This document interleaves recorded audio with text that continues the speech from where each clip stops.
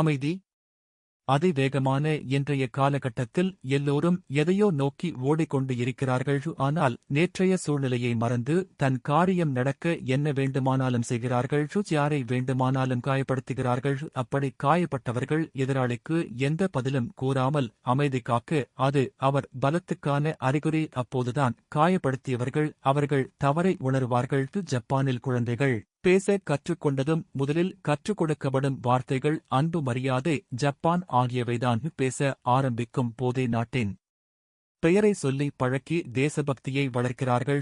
ஒரு நாட்டின் அழிவு அதன் சோம்பேறி தனமான குடிமக்களின் வீடுகளில் ஆரம்பிக்கிறது. இன்றைய பரபரப்பான உலகில் மன இறுக்கம், மன அழுத்தம் இவற்றுடன் தான் வாழ்கிறார்கள்.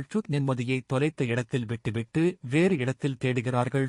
ஒரு கதவு மூடினால் ஒரு கதவு திறக்கும் என்பார்கள். ஆனால் அடைக்கப்பட்ட கதவை பற்றி கவலைப்படுகிறோமே தவிர வேறு திறக்கப்பட்ட கதவை பற்றி யாரும் நினைப்பதில்லை. தீர்வை பற்றி யோசித்தால் பல வழிகள் கிடைக்கும். ஆனால் பல பேர் பிரச்சனையை பற்றிதான் யோசிக்கிறார்கள்.